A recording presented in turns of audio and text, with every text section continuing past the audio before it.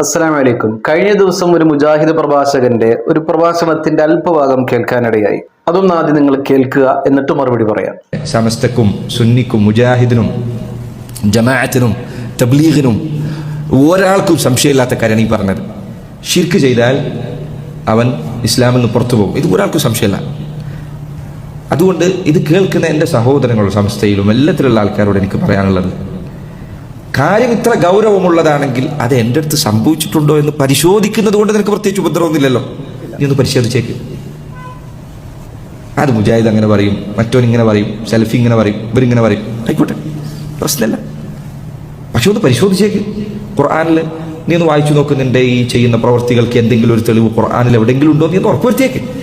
ഒരു കാര്യം എങ്ങനെയാണ്, എപ്പോഴാണ് ഷിർക്കാവുക എന്നതിലും എന്താണ് ഷിർക്ക് എന്നതിലും സുന്നികൾക്ക് എവിടെയും തർക്കമില്ല. ഉറപ്പിക്കേണ്ടത് വഹാബികളാകുന്ന നിങ്ങളാണ്. അങ്ങനെ ഒരു ഉറപ്പില്ലാത്തത് കൊണ്ടാണല്ലോ വഹാബികളിൽ നിന്ന് പല വിഭാഗങ്ങളായി ഭിന്നിച്ചുകൊണ്ടിരിക്കുന്നത്. തൗഹീദിന്റെ വിഷയത്തിൽ നിങ്ങൾക്കൊരു ഉറപ്പായിട്ടില്ലല്ലോ. ആദ്യം ഖുർആനിലേക്ക് വരേണ്ടത് നിങ്ങളല്ലേ. എന്താണ് ഷിർക്ക് എന്ന് പഠിക്കേണ്ടത് നിങ്ങളല്ലേ. ഷിർക്കിന്റെ നിർവചനം പഠിച്ചു കഴിഞ്ഞാൽ ഒരൊറ്റ ആളും വഹാബിയാകില്ല. അത് പഠിക്കാത്ത കാലത്തോളം എന്താണ് ഷിർക്ക് എന്ന് ചോദിച്ചാൽ നിങ്ങൾ എപ്പോഴും മറുപടി പറഞ്ഞുകൊണ്ടിരിക്കുന്നത് ഇന്ന ശിർക ലദുൽമുൻ അദീം എന്നതായിരിക്കും.